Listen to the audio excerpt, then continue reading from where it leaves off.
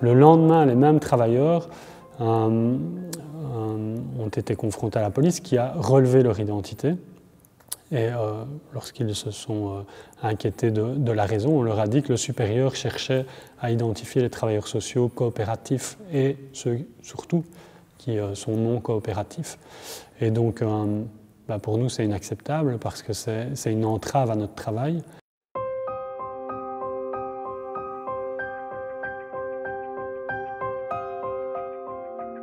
Il rappelait simplement les droits d'un habitant de la rue qui était insulté et menacé de coups, c'est-à-dire qu'on a menacé cette personne de lui casser les jambes et de lui faire manger. Et donc pour nous c'est inacceptable parce que c'est une entrave à notre travail. Et de nouveau, une fois de plus, si on veut aider les habitants de la rue, un service comme le nôtre arrive à des résultats, et des résultats qui sont assez impressionnants, donc il ne faut pas compliquer notre travail.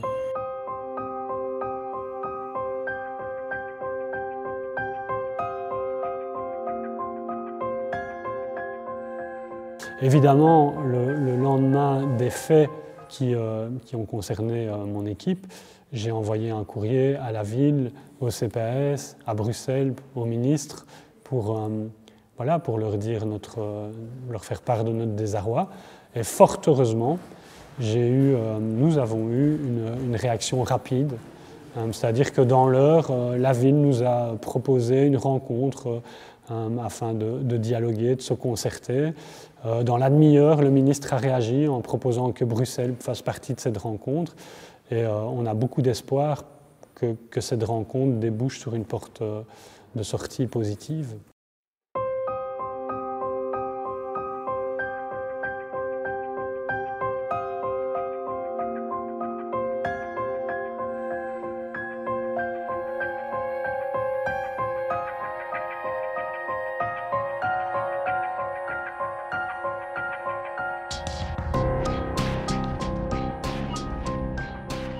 On observe une montée en tension, une montée en puissance de la tension entre la police et les habitants de la rue dans certains lieux de la capitale, dans certains lieux de la ville.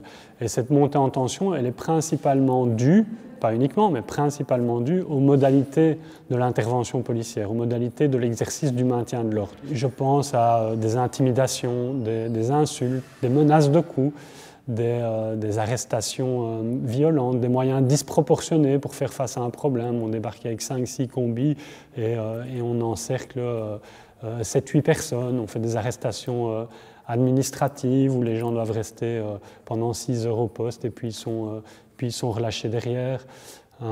Voilà. Alors, ce qui est important, c'est que ces faits ne sont pas l'apanage de tous les membres des forces de l'ordre. Au contraire, c'est les agissements de quelques personnes.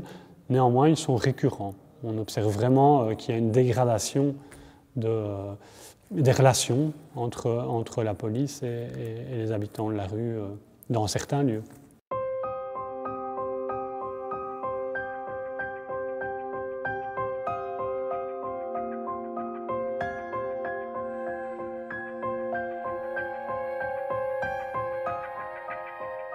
Mais la logique sécuritaire qui ne fonctionne pas en matière de problématiques sociales parce qu'elle ne fait que cacher et déplacer un phénomène plutôt que de chercher des solutions, cette problématique, cette logique sécuritaire, elle revient toujours par la bande. Elle est à l'œuvre dans les règlements anti-mendicité qui sont pris régulièrement par différentes communes. Elle est à l'œuvre quand on met en place du mobilier urbain anti-SDF, vous savez, les bancs où on ne sait pas se coucher. Elle est à l'œuvre quand on prend une circulaire qui interdit la présence des personnes sans abri dans les stations de la STIB. Et voilà, et on la retrouve dans la loi anti-squat, etc. Il y a des lois, et les lois s'appliquent à tout le monde. Elles s'appliquent aussi aux personnes sans abri. On ne peut pas être en état d'ébriété sur la voie publique. On ne peut pas insulter ou agresser son prochain.